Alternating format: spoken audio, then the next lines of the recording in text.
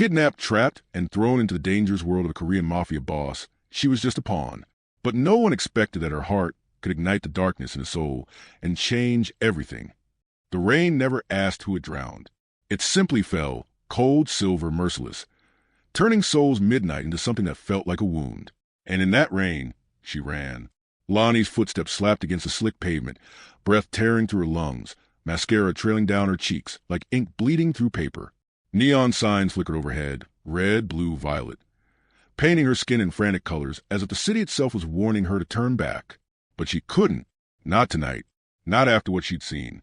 Behind her, tires screeched, black sedans slicing through the storm like predators hunting prey. Men in suits poured out onto the wet asphalt, their voices sharp, violent, echoing off rain-dark alleys. Find the girl. She can't disappear, not with what she knows. And she ran harder. Her legs ached.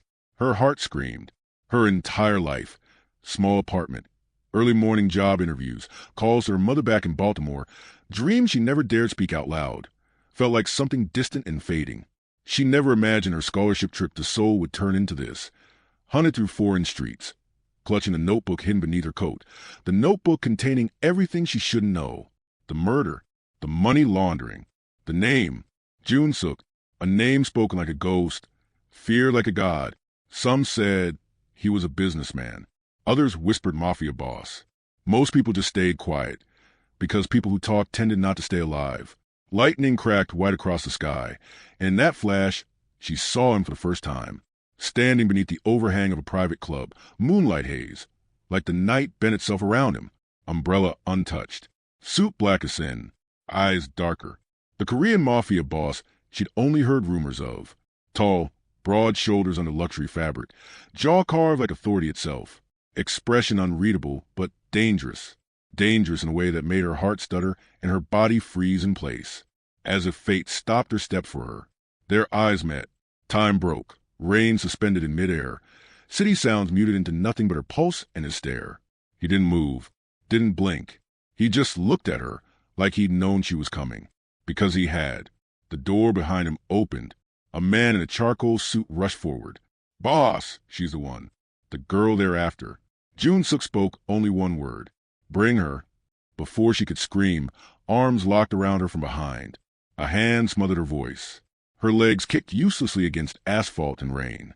She was dragged under the moonlit arch into club, into his territory, into the lion's den she swore she'd never enter. Music throbbed like a heartbeat inside. Low bass, red lights like fresh blood, the air heavy with cigarette smoke, perfume, and secrets. She was thrown into a leather chair, wrists trembling, curls soaked against her skin. Her chest heaved, breath fogging the cold luxury of the private lounge. Jun-suk stepped toward her slowly, measured, predatory, like a man who never needed to raise his voice to make the world obey. He removed his gloves one finger at a time, eyes never leaving hers. And when he finally spoke, his voice was deep enough to settle into her bones. You've seen something you shouldn't have. Lonnie swallowed hard. I didn't mean to. Please, let me go. He studied her, not with anger, but curiosity, as if trying to understand how a fragile, rain-drenched foreign girl had slipped past forces stronger men, had died trying to escape. He noticed her trembling hands, her soaked sneakers, the fear spark in her eyes even through the terror. A pawn, he muttered softly, walking closer. You don't even realize how you're being used. Used, she whispered. He leaned down, so close she could feel his breath warm against her frozen skin. Someone sent you, he said. Someone who wants me dead. Her heart stuttered. No one sent me. I was just in the wrong place. You were in my place. His gaze hardened. There is no coincidence in my world. He reached for her coat and she flinched, not out of fear of him, but for the notebook hidden inside. Too late. He pulled it free, and everything inside him changed. Pages smudged with ink, details no outsider should ever know, transaction routes, coded shipments, names of men whose existence wasn't accorded anywhere. Her fate sealed itself in that moment. He closed the notebook, looked at her like she was a weapon placed in his hands by destiny itself. You have two choices, Lonnie. Her name was velvet and thread on his tongue. You disappear tonight, permanently. Her blood turned to ice. Or his fingers lifted her chin, forcing her to meet his eyes. You stay, by my side, In my bed, under my protection. As mine. Her breath stopped, not because of fear, though she was drowning in it, but because something in his eyes wasn't dead the way she expected. There was grief, loneliness, a storm that looked like her own reflection. He didn't want a toy. He wanted a lifeline. She shook her head, voice cracking through terror and disbelief. You can't own me. A faint smirk touched his lips, not cruel, but tragic, like he wished that were true. In my world, he whispered, ownership is the only way to keep someone alive.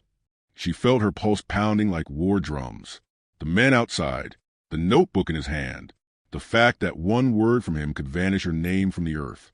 She had no power, no safety, no escape, not unless she chose a monster. His thumb brushed her wet cheek, slow, almost tender. You will stay with me tonight. Lightning flared white through the club windows, and thunder swallowed her silence, because this was the moment her life broke in two.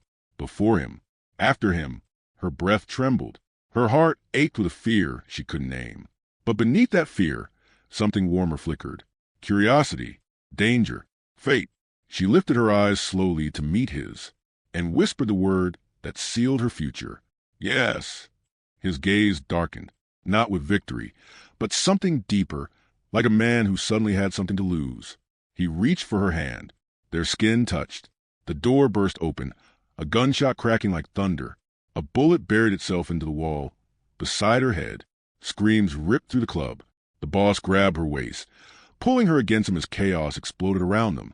Because someone else wanted her dead tonight, and fate had only just begun. If you're hooked by Ava and Jae-Hyun's story and want to see what happens next, make sure to hit that like button and subscribe now, so you won't miss a single twist in this dark and thrilling mafia romance. The smoke hadn't even cleared before Lonnie felt herself shoved behind a marble pillar, Jun-Suk's body covering hers like a shield made of heat and danger. Gunfire erupted again, sharp, echoing, violent, shaking the entire Moonlight Haze lounge. People trampled tables, glasses shattered, and security scrambled like wolves awakened too late. Stay behind me, Jun-Suk growled, voice low and lethal. She felt his heartbeat against her back, steady, unshaken, as if bullets were nothing more than rain. Her hands trembled as she clutched the back of his coat. The scent of gunpowder mixed with his cologne, dark cedar, cold spice, something forbidden. Boss! Second floor, one of the men yelled through the gunfire. Jun-Suk didn't look back at her, didn't ask if she was okay. He simply grabbed her wrist and pulled her with him as he moved. Not a question, a command. Lonnie stumbled behind him as they slipped around overturned tables, bodies screaming, VIPs crawling away in terror. Every corridor felt too narrow, every shadow too loud. Why are they shooting at me? She choked out. They're not shooting at you. His eyes slid to hers, sharp as a blade. They're shooting because of you. They weren't comforting words. He pushed open a door that led into a back hallway lined with black and gold wallpaper. The booming music from the club floor muffled into a low throb behind them. Security guards rushed past, some shouting orders into earpieces, others glancing at her with confusion, as if questioning why a soaked, trembling foreign woman was at the boss's side. He kept her close, too close, his fingers wrapped around her wrist like steel.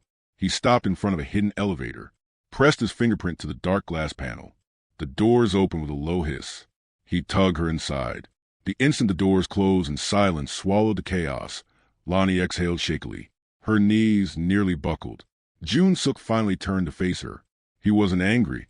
He wasn't panicked. He was calculating. You're more important than I realized, he said softly.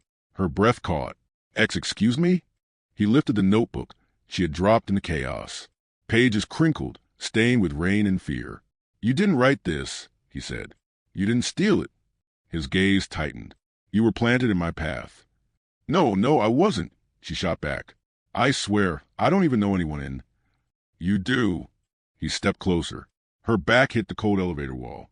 His voice dropped to a whisper that vibrated in her bones. You know the name Kai. Her stomach twisted. Air fled her lungs. She had heard that name only once, whispered behind a warehouse door she was never meant to open.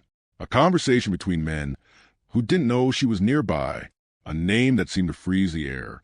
She forced her voice out. H. He was there that night. I heard him talking about killing me. Jun-Suk finished for her. Lightning didn't strike, but it felt like it did. Blood rushed into her ears. Why would he want that? Jun-Suk's jaw flexed, eyes darkening with something more dangerous than fury. Because he wants everything that's mine, including my throne. Her breath faltered. Mafia? His silence answered for him. The elevator pinged softly, reaching the private top floor. The doors opened into a penthouse hallway drenched in dim gold light, quiet like a sanctuary and deadly like a grave. He placed a palm on her lower back, guiding her out. Her skin burned under his touch. This place is safer, he murmured. Up here, no one enters unless I allow it. Safe. The word didn't comfort her, not when it came from a man who held her fate, like a fragile glass between his fingers. She followed him into the penthouse, a breathtaking space of dark marble, warm lighting, floor-to-ceiling windows overlooking the Seoul skyline drenched in rain. But her awe died instantly when she saw the layout. One bed, massive, impossible to ignore. Her steps slowed. He noticed. You'll stay in there tonight, he said, nodding toward the bedroom. Her heart slammed hard. No, I can't. I can't sleep with. I didn't say sleep with. He stepped closer, eyes lowering to her trembling mouth. I said stay. Her cheeks warmed, breath shaking. I don't trust anyone else with your life, he continued. And I don't leave things I need unguarded. He was talking about protection, but the way his gaze lingered, it felt like more. Lonnie's voice cracked. You don't need me. For the first time, something flickered across his expression. A quiet fracture, a shadow pain she couldn't understand. No, he murmured, slower than before. But I think I will. Silence rippled between them, a dangerous, magnetic silence. Before she could answer, his phone buzzed. He answered without looking away from her. What is it? A voice murmured through the receiver, too low for her to hear. Jun-Suk's eyes sharpened. When? Another pause. His expression turned to ice. I'll handle it. Prepare the car. No one moves until I return. He ended the call. Lonnie's pulse hammered. What happened? He stepped close enough that her breath hitched. Kai made his move tonight. His jaw clenched. And he's not finished. Fear crawled up her spine. Lock the doors. Don't open for anyone but me, he ordered. He reached for her hand, not to hold it, but to press something cold and metallic into her palm. A small silver dagger. Her eyes widened.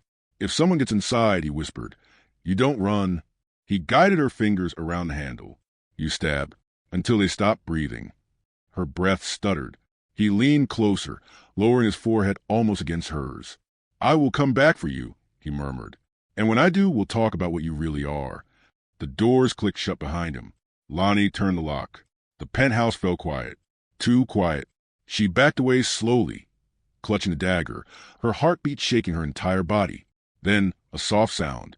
A tap, just one, at the bedroom window. Her blood froze. The penthouse was on the 46th floor. No one should be able to tap on a window up here. Another tap, and a shadow moved behind the glass. Someone was outside, watching her. Rain streaked in thin, trembling lines down the window. But that wasn't what froze Lonnie's breath in her throat. It was a shadow. Tall, still, unnatural, 46 floors above the ground. Yet something, stood pressed against the glass as if gravity meant nothing to them. Lonnie staggered back, her pulse hammering against her ribs. No, no, no, she whispered, clutching the dagger tighter. The shadow's hand lifted slowly, fingers dragging across the window, leaving a smeared trail against the glass. A signal, or a warning. Lightning exploded across the sky, illuminating the silhouette for a single, horrifying second. A man, black tactical gear, mask covering his face, strapped to climbing hooks embedded in the building's frame. Her lungs squeezed. They weren't just watching her. They were coming for her. And Jun-Suk wasn't here. The masked figure tapped the window again, this time harder. The glass trembled. Lonnie stumbled backward until her spine hit the bedroom wall. Her breathing came out shallow, panicked. Think, Lonnie. Think, she whispered to herself. She looked around the room. Dim lights, cold marble floors, a bed too big, curtains swaying from the air vent. No hiding spot. No escape. The window creaked. A hairline crack spread across the glass. Her heart dropped. They were going to break in. She dashed toward the hallway, gripping the dagger. But the moment she reached the door, the lights cut out. Everything plunged into darkness. A blackout. Her own scream nearly burst out, but she swallowed it down, trembling violently. Only the faint glow from the city outside seeped into the penthouse. Her thoughts spiraled. This wasn't random. This wasn't a scare. This was coordinated. Kai's men had cut the power. She ran to the living room, her breath loud in the silence. Her hands shook so badly she could barely keep the dagger upright. Come on, she whispered, searching for her phone. But her bag was still at the club.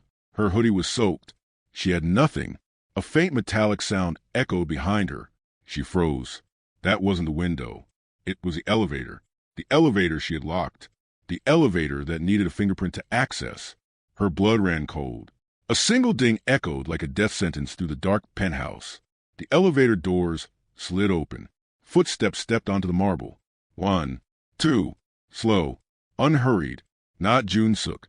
She knew it instantly. Jun-Suk walked like a shadow, silent, controlled. This person walked like a predator, savoring every second.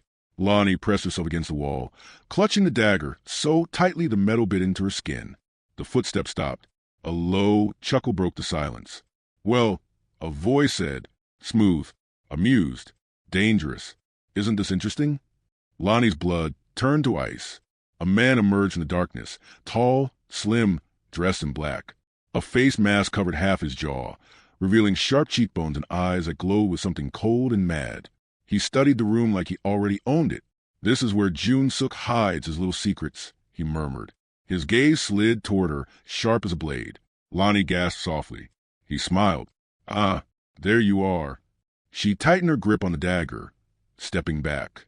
He raised his hands passively. Relax, sweetheart. If I wanted to kill you, you'd already be dead. His voice slithered across her skin like ice. Who are you? She whispered. He tilted his head. You've heard the name already. Kai. Her hands went numb. He took a slow step closer, examining her like she was an artifact he'd been curious about for years. So you're the girl causing all this trouble. He smirked. You don't look dangerous. I'm not. Oh, you are, he interrupted. Because if she's important to him, his eyes darkened. Then she becomes important to me. She felt her heartbeat roar in her ears. Where is he now? Kai asked softly. Avoiding me? He clicked his tongue. That won't end well for him. He walked toward the window, glancing at the cracks from the climber outside. Yes, hey, too eager, he muttered to himself. I didn't tell him to break in yet.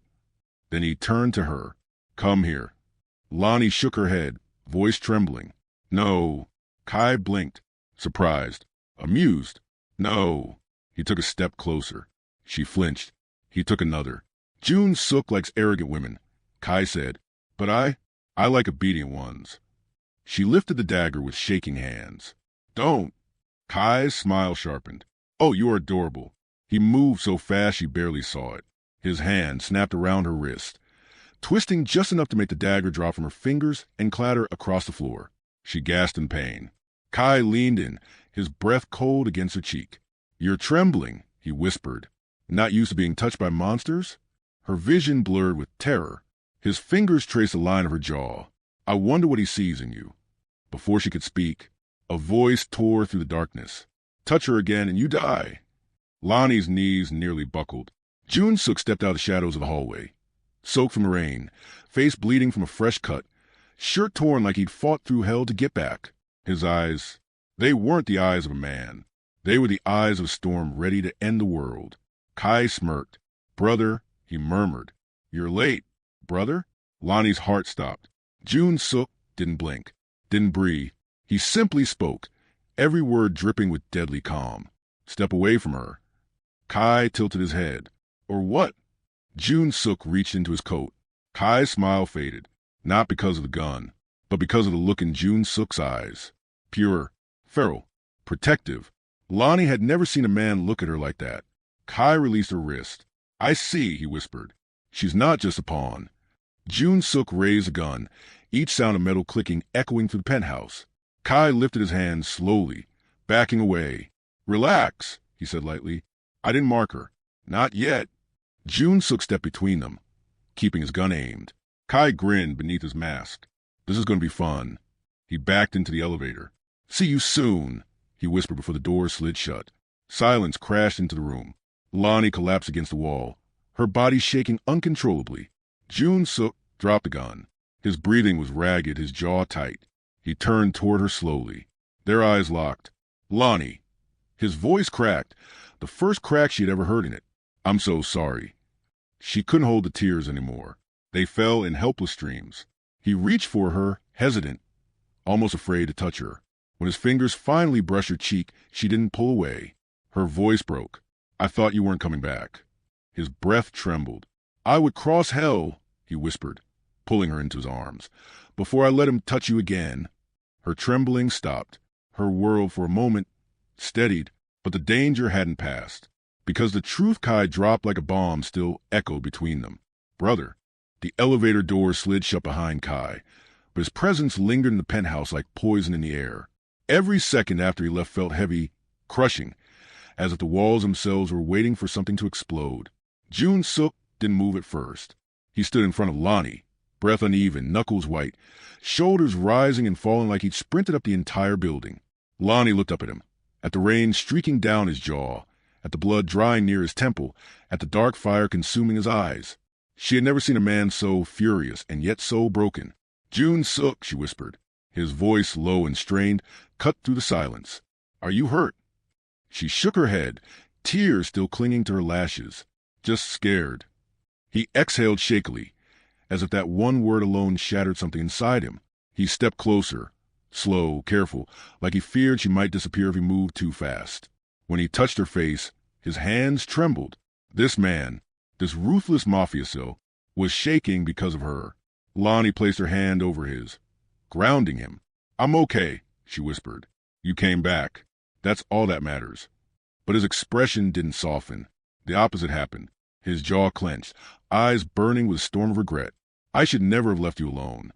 His voice was gravel. Hard. Pain. This is my fault. No, she protested. Yes. He stepped back, running a hand through his soaked hair. I underestimated Kai. I thought he wanted me dead. Not. His voice faltered. Not you. He didn't finish. Lonnie swallowed hard, hugging her arms around herself. The room still felt cold. She still felt Kai's grip on her wrist. She hated it. Jun-Suk noticed her shiver instantly. Come, he murmured. He led her to the living area, flicking a switch. Emergency lights hummed on, casting the penthouse in warm gold. He handed her a thick black hoodie, oversized, soft, smelling like him. Put this on, he said softly. You're freezing. She slipped it over her head, the heavy fabric swallowing her small frame. His scent surrounded her, cedar, rain, danger. For the first time all night, Lonnie felt warmth. He watched her quietly, an unreadable emotion tightening his features. You look, he cut himself off, shaking his head. It doesn't matter. No, she said gently. Say it. He met her eyes. You look like you belong here. Her heart stuttered, but she didn't get to respond because the penthouse door buzzed. Lonnie stiffened instantly. Is it him? She whispered, panic shooting through her. Jun-Suk's hand dropped the gun inside his coat. No, Kai wouldn't knock. He checked the screen, then exhaled sharply. It's my men. He opened the door, and 2 guards stepped inside, bowing quickly. Boss, the building is secure. No more intruders. The climber escaped before we reached the frame, but we found these. One guard held out a small tracker device and a black glove with metal claws attached. Climbing gear. Jun-Suk's expression grew darker, sharper. Send this to the tech team. I want results in an hour. Yes, boss. Lonnie watched him, her breath catching at the authority in his voice. Cold, commanding, absolute. When the guards left, Jun-Suk locked the door again. Twice. Then he turned back to her. Lonnie, he walked to her, his steps deliberate. There's something you need to understand. She looked at him with wide, wary eyes. Kai isn't just my enemy. He's my blood. Her heart sank.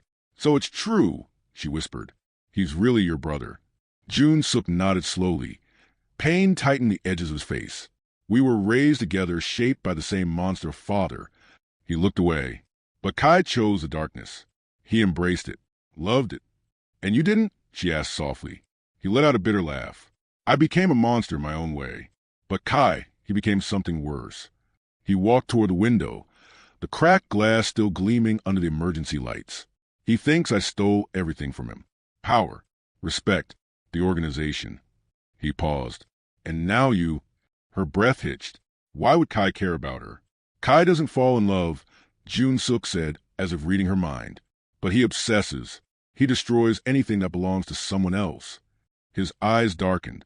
And the moment he saw you, terrified, shaking, looking at me like I was your only hope. Lonnie's chest tightened. He decided he wanted you too. Her stomach twisted in fear. Why me? Jun-suk turned. His stare was deadly serious. Because you matter to me. The world tilted. Lonnie's lips parted. I don't understand. You don't have to, he said softly. Just know that Kai will come after you again. And next time, he won't be alone. Her voice trembled. What do? We stay together. He said it without hesitation. Her heartbeat jumped. Together? He stepped closer, close enough that she had to tilt her head up to meet his eyes. When I'm not with you, he murmured, I can't breathe right. Her breath quivered. He reached out, brushing a raindrop or tear from her cheek with his thumb. I shouldn't want you here, he whispered. I shouldn't want you at all. His fingers trailed down to her jaw. But I do. She felt her heartbeat everywhere. In her throat, her fingers, her stomach. He leaned in, so slowly she could feel the warmth of his breath against her lips without him touching her. Jun-suk, she whispered, breathless. Tell me to stop, he murmured, voice low, deep, dangerous. Tell me to send you home. Tell me you don't want this. But she couldn't. She didn't. Silence hung between them. Thick, fragile, electric. His forehead touched hers. Lonnie, his voice cracked. I can't lose you. Her lips parted. Crash. A sharp explosion echoed from downstairs. The penthouse trembled violently. Jun-suk snapped away from her, pulling his gun. Lonnie gasped. What was that? His eyes went cold. Kai started early. His jaw locked. He's attacking the building. Another explosion. Closer this time. Rattled the walls, sending a picture frame falling to the floor.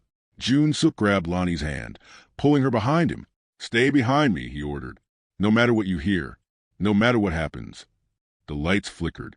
Smoke began to rise from the stairwell, and the sound of footsteps, many fast, intentional, echoed up the floors. They weren't running. They were spreading out, surrounding. Kai's army had arrived. Lonnie's grip tightened around his. Jun-suk, she whispered, voice shaking. There's too many. He glanced at her. For a heartbeat, something vulnerable flashing through his fury. Then I guess, he whispered, raising his gun as shadows approached the penthouse doors. You're going to see what your Mafia boss really is. The lock clicked. The door began to crack open.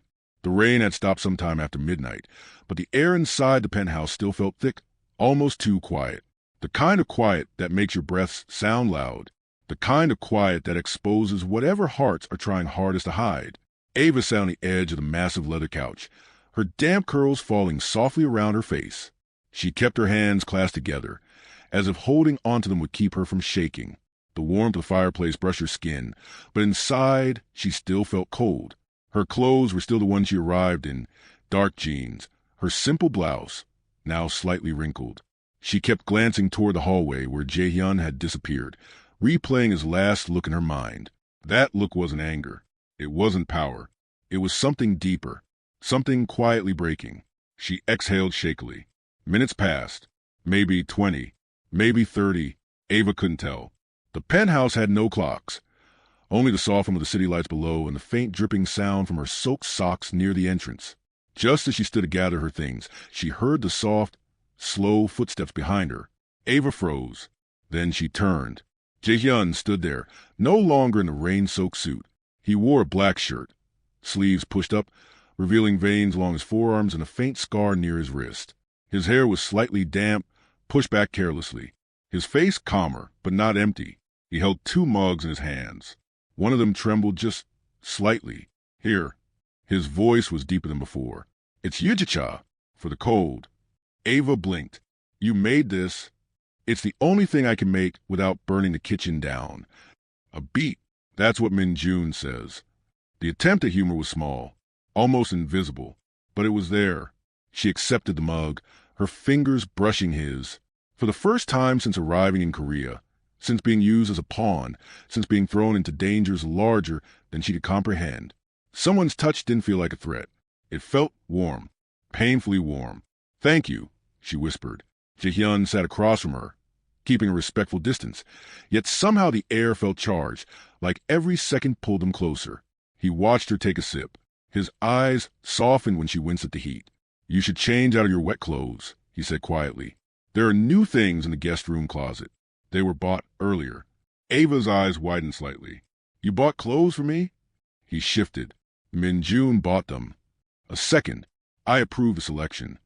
That sounded a lot like admission. Ava swallowed. "Why are you being nice to me now?" she asked softly. "You said I was just a pawn." He inhaled slowly, deeply, as if the breath itself hurt.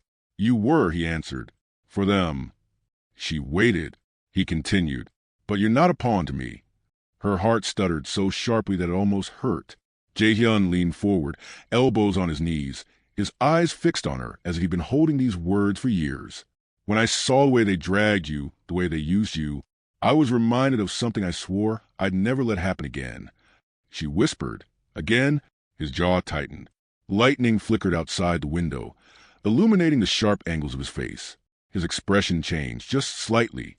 Something old, something haunted. "A long time ago," he said quietly, "someone I cared about was taken because of me." His fingers curled into fists. "They used her to get to us, the same way they used you." Ava's breath trembled. He never talked about his past. Never. This was a crack in the armor. "What happened to her?" Ava asked. His eyes darkened. "She didn't survive." Silence. It was a kind of silence that made your eyes sting without warning. Ava lowered her gaze, her voice soft. "I'm sorry." "You shouldn't be," he murmured. "I failed her." A tear slipped down Ava's cheek before she realized it. She wiped it quickly, but Jae-Hyun saw it. His expression changed again, so subtly she almost missed it. He reached out, slowly, almost hesitantly. His thumb brushed away the tears she missed. Ava's breath caught.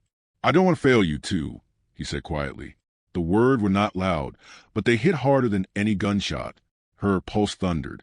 She whispered, "Jae-Hyun, I'm not your responsibility." He leaned closer, just enough that she could feel his breath near her skin. His eyes searched hers, intense and unreadable. "You didn't ask for any of this," he said, "but you're in my world now, whether either of us likes it or not." Ava's heart pounded. "And in my world," he continued slowly, "I protect what's mine." Her lips parted. "What I mean is," he stopped, swallowed hard, and ran a hand through his hair. "You're under my protection. That's all."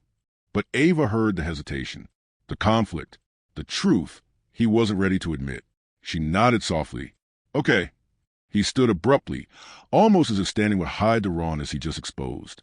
"There's something you need to see," he said. "Tomorrow morning, I'll take you to the Han River safe house. You'll stay there until I eliminate the threat." "Eliminate," she repeated. Jae-Hyun didn't flinch. "I'm going to end whoever put their hands on you." A shiver ran down her spine. Not fear, something else. Something she didn't want to name. But before she could respond, a loud, heavy knock echoed to the penthouse entrance. 3 knocks. A pause. Then 2 more. Jae-Hyun stiffened instantly. "That's not Min-June," he whispered. His hand went to gun on the table beside him before she even processed the movement. Another knock, more forceful this time, shaking the frame. Ava's heart raced. Jae-Hyun turned his head slightly toward her. "Stay behind me," he commanded softly. The knocking stopped. Then a voice, cold, familiar. "Open the door, Jae-Hyun," it called. "We need to finish our conversation about the girl." Ava's blood ran cold.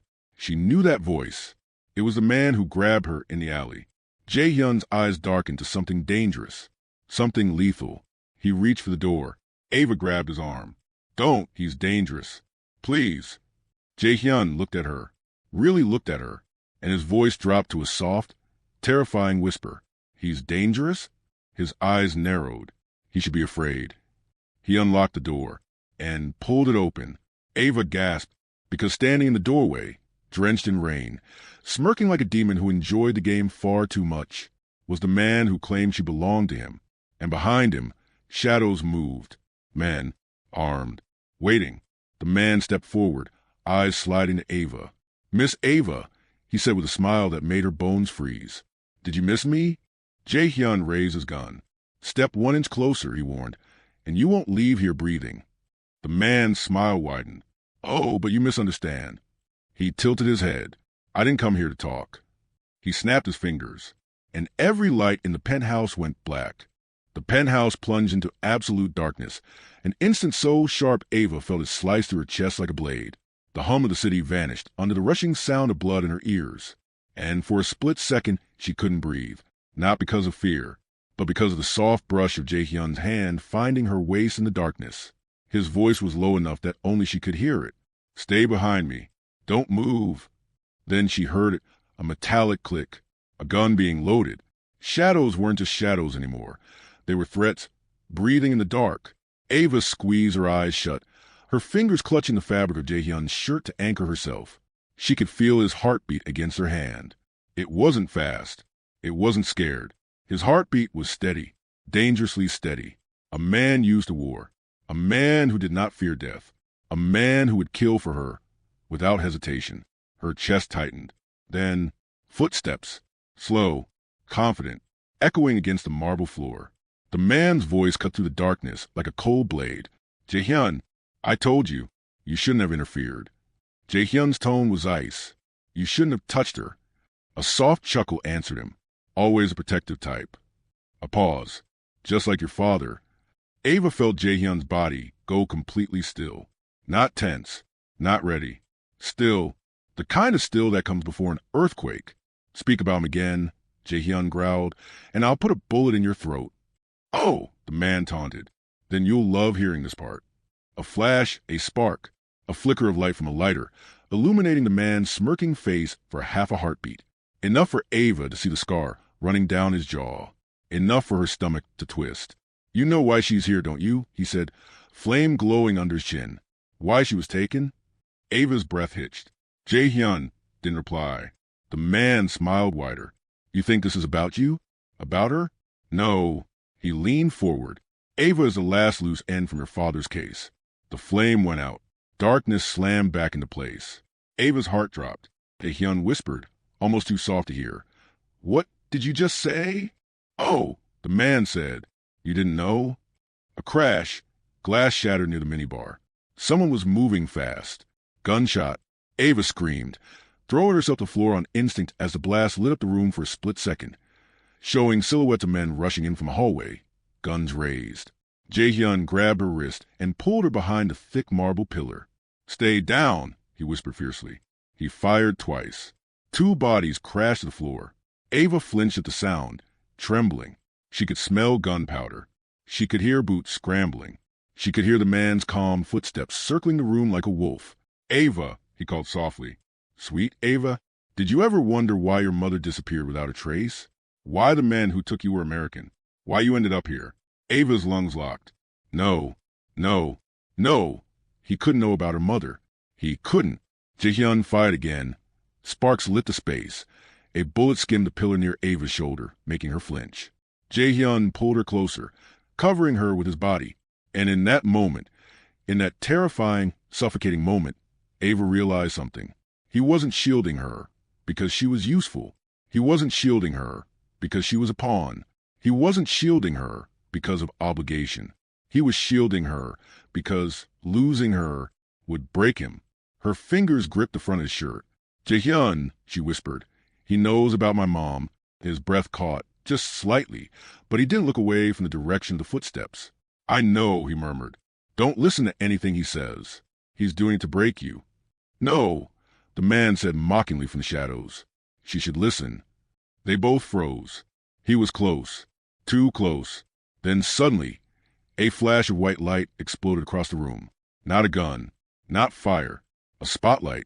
The emergency system kicked in with a low hum, restoring dim lighting along the ceiling edges. Ava blinked, adjusting.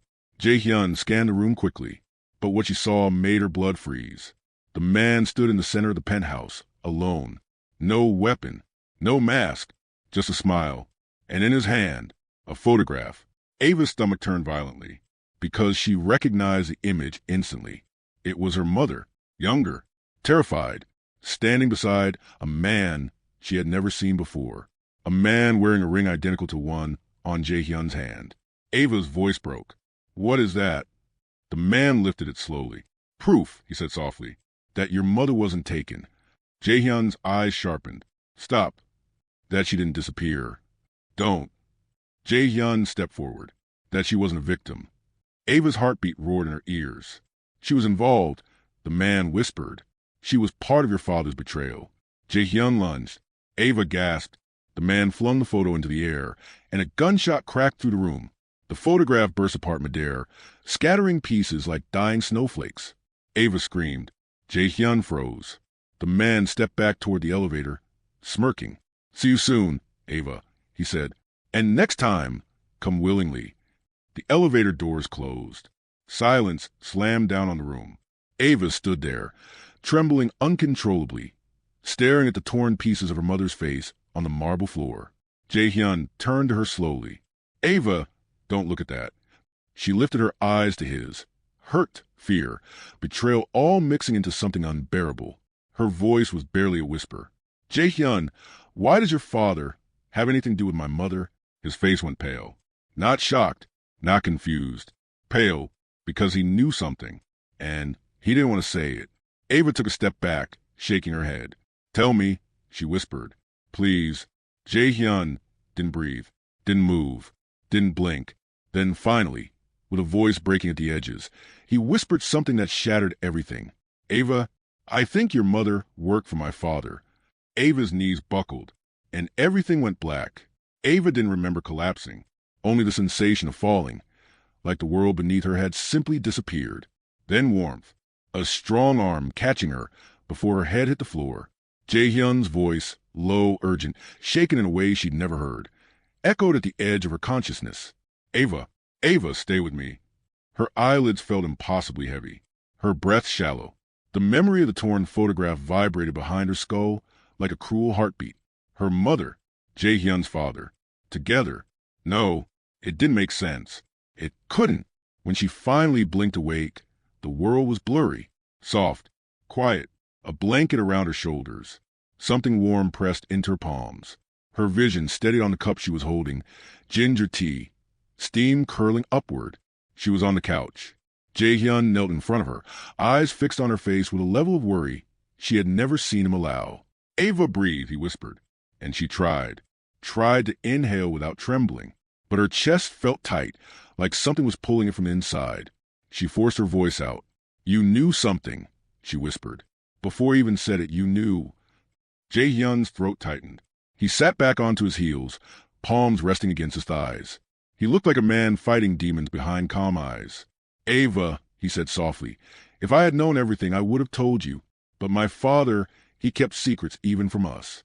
"Secrets like what?" Her voice cracked on the last word. He hesitated, and that hurt more than any bullet could. "Tell me," she whispered. "Please. I can't stand not knowing." His eyes closed for a moment. Then he exhaled. "My father led an operation 20 years ago," he said. "A covert one, off the records. Even the government didn't know." Ava's pulse spiked. "Operation what?" "The White Orchid Initiative." The name tasted cold in the air. "What is that?" she asked. Jae-Hyun shook his head slowly. It was supposed to be a rescue mission. They were gathering intel on a trafficking group that targeted foreign women living in Korea. My father's goal was to infiltrate them quietly and dismantle the organization. Ava's stomach twisted. Jae-Hyun continued. "Your mother was involved as a civilian informant. She spoke the languages they needed. She blended in easily. She was discreet. She helped gather intel." Ava's hands trembled around the mug. "My mother," her voice broke. "She was working with him?" "Yes." "Was it voluntary?" Jae-Hyun hesitated, and Ava felt something in her chest crack. "Tell me," she whispered. "Was it voluntary?" "At first," he said quietly, "but something went wrong. The operation became darker than anyone expected. People started disappearing. One day my father told Min-Jun and me to forget everything we overheard." Ava swallowed hard. "And my mother?" Jae-Hyun's voice dropped almost to a whisper. "She vanished a week later." Ava's breath hitched, not from shock, from the confirmation of a fear she had run from for years.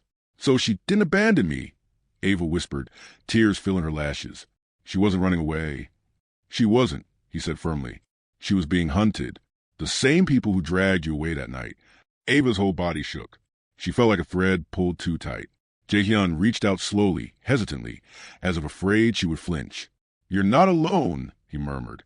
You don't have to carry this alone. Ava looked up, into his eyes. Dark, intense, unwavering. Something inside her broke, not in pain but in release. She didn't pull away when he touched her cheek.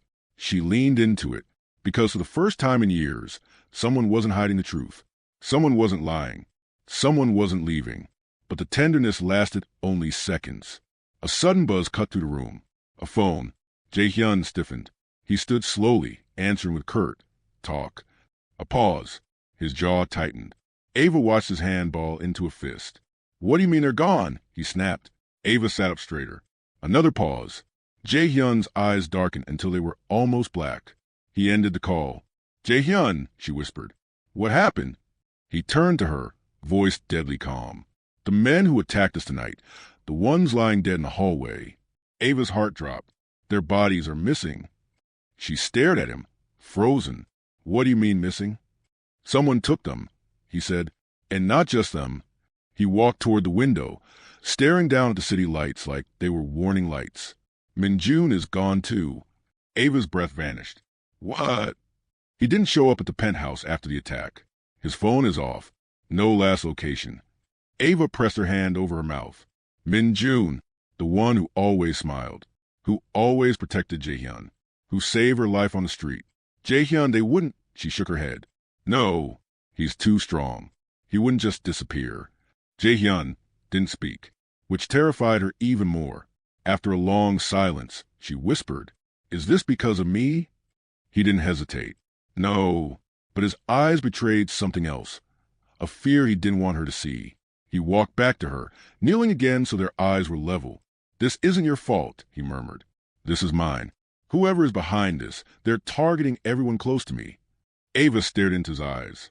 That means I'm next, she whispered. He grabbed her hands instantly.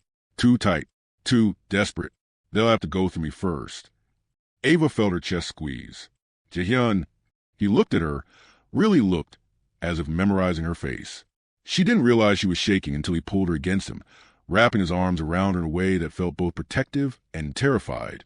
You're not leaving my sight tonight, he whispered into her hair. Ava closed her eyes. The warmth of his chest, his heartbeat against her ear. For a moment, a short, fragile moment, she let herself believe she was safe. But the moment shattered when a faint beep echoed near the elevator, followed by a red blinking light. Jae-Hyun pulled away sharply. What is that? Ava whispered, panic rising. Jae-Hyun's eyes went cold.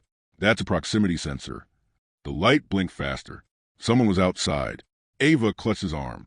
Is it the man from before? Jae-Hyun shook his head slowly. No. The elevator panel flashed. A single word appeared on the screen. Delivery. Ava frowned. We didn't order any. But Jae-Hyun's expression changed. He recognized something. Something she didn't. He whispered, almost breathlessly. No, not now. The elevator doors slid open, revealing a small black box on the floor. No person, just a box. And on top of it, a white orchid. Ava's blood froze. What is that? Jae-Hyun stepped back instinctively, pulling her behind him. His voice came out rough. That symbol, he swallowed hard. It means a deal has been offered. A deal? Ava whispered. With who?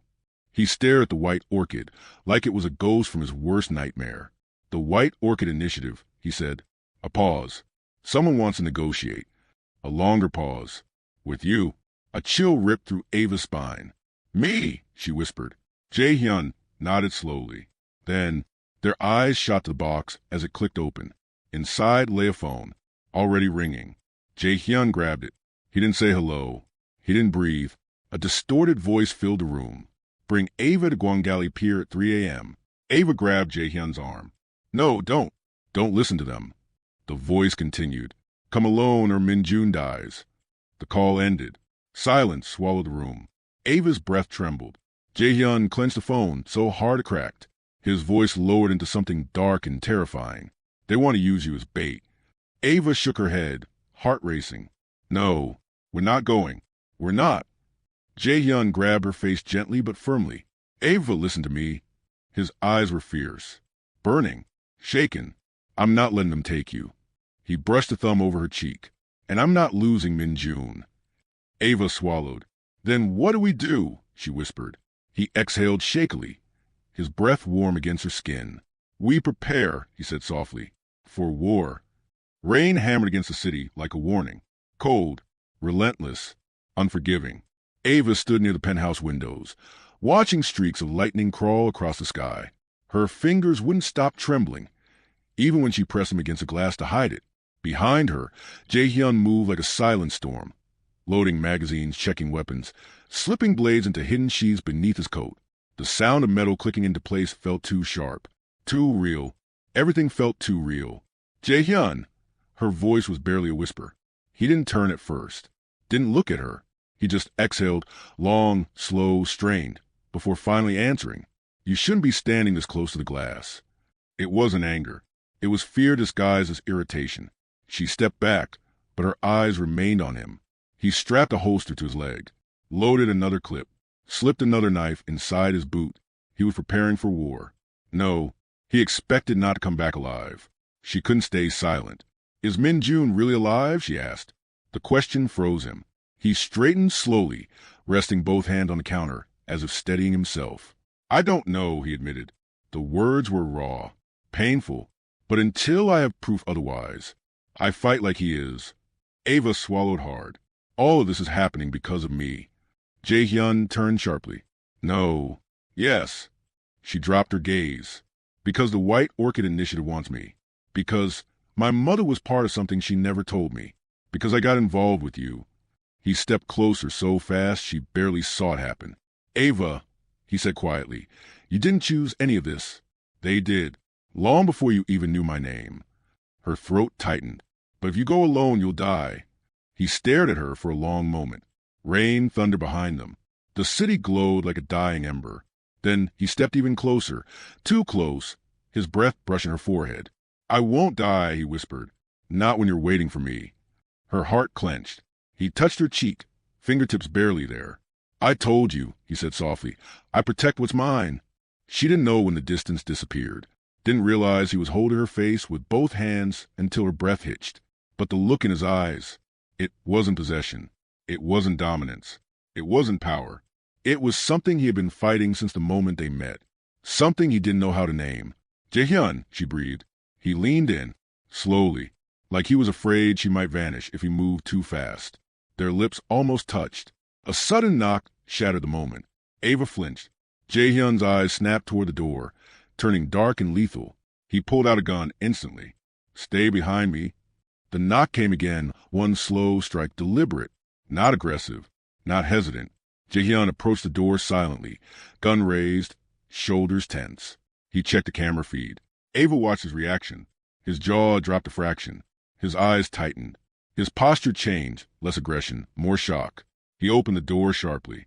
Standing in the hallway, soaked in rain, shivering, blood smeared down the side of his face, was Min-Jun. Ava gasped. Jae-Hyun's eyes widened. Min-Jun? But Min-Jun didn't walk inside. He collapsed into Jae-Hyun's arms. Hyun, his voice was barely audible. They let me go. Jae-Hyun froze. Ava's heart raced. Let him go? Why? Min-Jun lifted a shaking hand, trying to grasp Jae-Hyun's coat, desperate to stay conscious. I tried to escape before they could take Ava. But, he coughed violently. Jae-Hyun carried him inside, laying him on the couch. Ava rushed for towels, blankets, anything she could grab. Min-Jun exhaled sharply, gripping Jae-Hyun's wrist with surprising strength. Hyun, listen. Jae-Hyun knelt beside him, fear twisting his features. What did they say? Who took you? Was it Kai? Min-Jun shook his head weakly. No, worse. A cold wave washed over Ava. Min-Jun continued, each word trembling. They're not trying to kill Ava. Jae-Hyun's eyes narrowed. Then what do they want? Min-Jun's lips trembled. They want to recruit her. Ava froze. What? Why me? Min-Jun turned his head toward her, face pale. Your mother, she didn't disappear. She didn't run away. He swallowed hard. She was taken, and they're trying to finish what they started with her. Ava felt her blood stop moving. Jae-Hyun clenched his fist. What are they planning to do? Min-Jun coughed again, this time with blood. Your mother didn't just infiltrate the White Orchid Initiative. His voice cracked. Ava, she was the key to unlocking their entire network. Ava stepped back, heart pounding, hands shaking. No, no, that's not possible. But Min Jun's eyes were full of the kind of truth you cannot misinterpret. Ava, they want you because you're the only one who can access what your mother hid. Jae-Hyun grabbed Min Jun's shoulders. What did she hide? Min Jun's breath trembled. A file, encrypted, named after Ava. Ava froze. Her knees weakened. Oh, God. Min Jun's voice lowered. If Ava doesn't show up at Gwangali Pier at 3 a.m., he struggled to breathe. They'll release the videotape. Jae-Hyun's expression shifted violently. What videotape? Min Jun lifted a shaking hand, touching the side of Jae-Hyun's face. A tape that shows the truth. Min Jun, Jae-Hyun pressed, voice shaking. What truth? Min Jun's eyes glistened. Hyung, your father, he wasn't the man you thought. Jae-Hyun's entire body went still. The room seemed to shrink. The shadows grew longer. Ava couldn't breathe.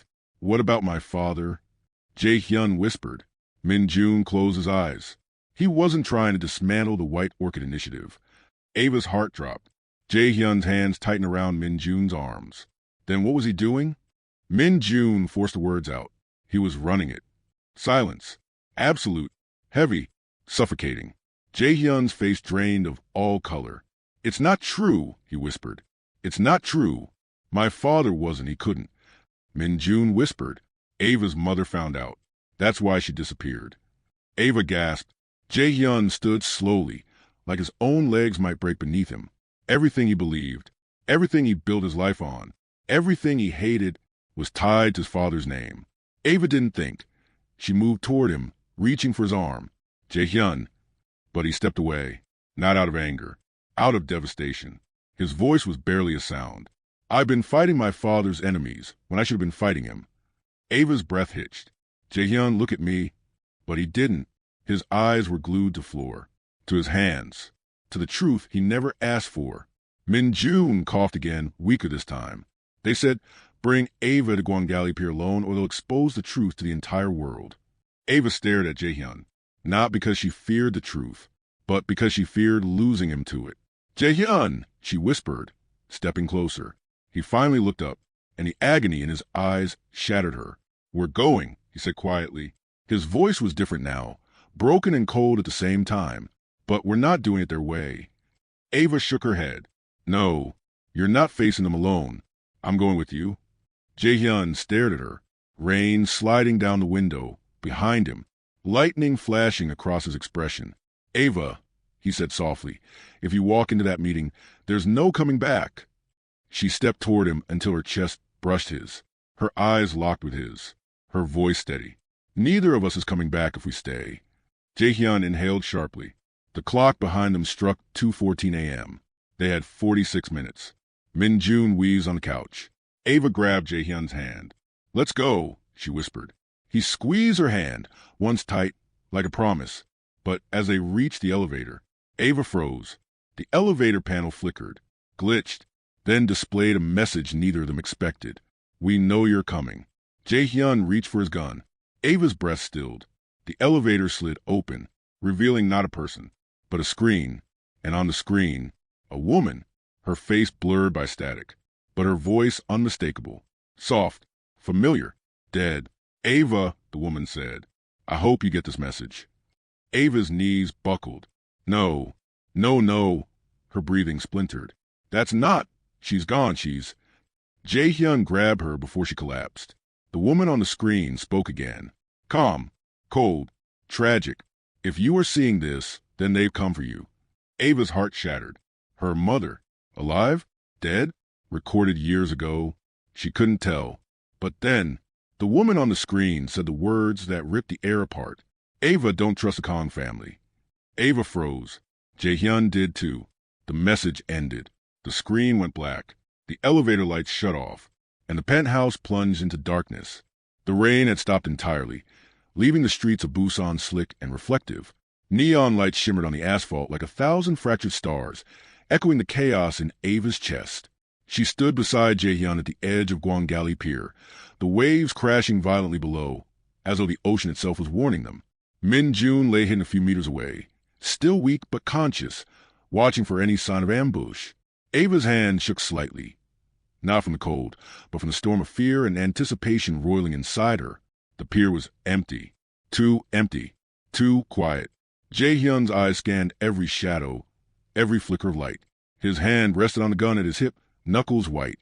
"They said bring you alone," Ava whispered. "We need a plan." Jae-Hyun didn't answer at first. His gaze was fixed on the far end of the pier. Slowly, he exhaled. "We're not negotiating," he said, voice low, controlled, but carrying the weight of every betrayal, every truth he had uncovered. "If they want Ava, they'll get me first." Her breath caught. "Jae-Hyun, I mean it," he interrupted gently but firmly. "No one touches you. No one. Not tonight. Not ever." Ava's heart thundered. She stepped closer, brushing her hand against his arm. In that moment, for all the tension, for all the danger surrounding them, she felt it, the raw truth of their bond. They were no longer pawn and protector. They were allies, partners, something more. A faint click echoed in the distance. They froze. Figures emerged from the darkness, silhouettes sharp against the pier's dim lights. Men moved like predators, well-armed and confident. At their center, Kai, the man who had first dragged Ava into this nightmare. And behind him another figure, concealed in the shadows, tall, commanding, impossibly cold. Jae-Hyun stepped in front of Ava instinctively. "You brought her," he said, voice deadly calm. Kai smirked. "She's exactly what we need. Her mother's key is in her hands. Isn't that right?" Ava's stomach clenched. "My mother? What are you talking about?" The tall figure stepped forward, pulling down the hood to reveal a face she would never forget. Her mother, alive, older, hardened, eyes that had seen too much, but alive. Ava staggered backward. "Mom." Her mother's expression softened, then hardened again. "Ava, listen carefully. Everything you've been told, the lies, the secrets, it's all been to protect you. But now, the Kong family want the files you inherited. They want to use you as leverage." Jae-Hyun's fist clenched. "Stay away from her." Her mother raised a hand, calm but commanding. "You need to understand, Ava. The White Orchid Initiative, my father, Jae-Hyun's father, they were all tangled in this from the start. It's messy, dangerous. But I stayed hidden to protect you and him." Ava's mind reeled. Truth after truth, stacked like a collapsing building. Kai moved forward, voice sharp. "Time's up." Hand her over the footage, the files. Everything will be exposed. Ava's gaze met Jae-Hyun's. The fire in his eyes told her everything. Fearless, unflinching, her anchor in this storm. She stepped forward. "No, I'm not your pawn. Not anymore. Not for anyone." Jae-Hyun's hand found hers. Solid, warm, steady. "Then we end this," he said. "Now." In a sudden burst of movement, he drew his gun, precise, controlled, and the fight erupted. Men scattered, bullets ringing against metal, the rain-slick pier turning into a battlefield. Ava's mother drew her own weapon, surprisingly fluid, precise, decades of experience hidden behind a calm facade. Together, the three of them became a whirlwind of calculated chaos. Kai lunged, and Jae-Hyun met him mid-step, their bodies colliding with brutal precision. The fight was close, personal, every punch a message, every strike a vow of protection. Ava ducked as another attacker came for her, swinging a crowbar. Her mother was there in an instant, disarming him, her movements seamless, lethal, graceful. Minutes felt like hours. Waves crashed, splashing the pier. Thunder rolled over the city. But amidst the violence, Ava saw it. The trust, the love, the unspoken promises between her, Jae-Hyun, and her mother. Finally, Kai lay on the ground, bruised, defeated, and the last of the attackers fled into the night. Jae-Hyun turned to Ava. "Are you okay?" She nodded, chest heaving, eyes wet but fierce. "I am with you." Her mother stepped closer, placing a gentle hand on Ava's shoulder. "You're stronger than I ever imagined, and you're not alone. Not now, not ever." Ava turned to Jae-Hyun, rain-soaked, bruised, yet utterly alive, his chest heaving, and she finally allowed herself to smile. "I've never felt safer than I do right now," she whispered. He pulled her into his arms, holding her tight. "And I'll never let anyone take you from me again." The pier was quiet now, the storm passed. The city lights reflected off the water, calm and shimmering like hope itself. Ava's gaze rose to the horizon. The chaos, the lies, the danger, They had survived it all, together, and for the first time in years, she believed in a future beyond fear. Jae-Hyun brushed a wet strand of hair from her face, his forehead resting against hers. "I love you, Ava," he said softly. Her lips trembled as she whispered back, "I love you too." And in that moment, with the waves crashing below and the city lights shimmering above, the darkness they fought through finally gave way to light. Ava had not just survived. She had conquered, and in the arms of the man who had once been her shadow, she found home. The storm was over. The world was theirs.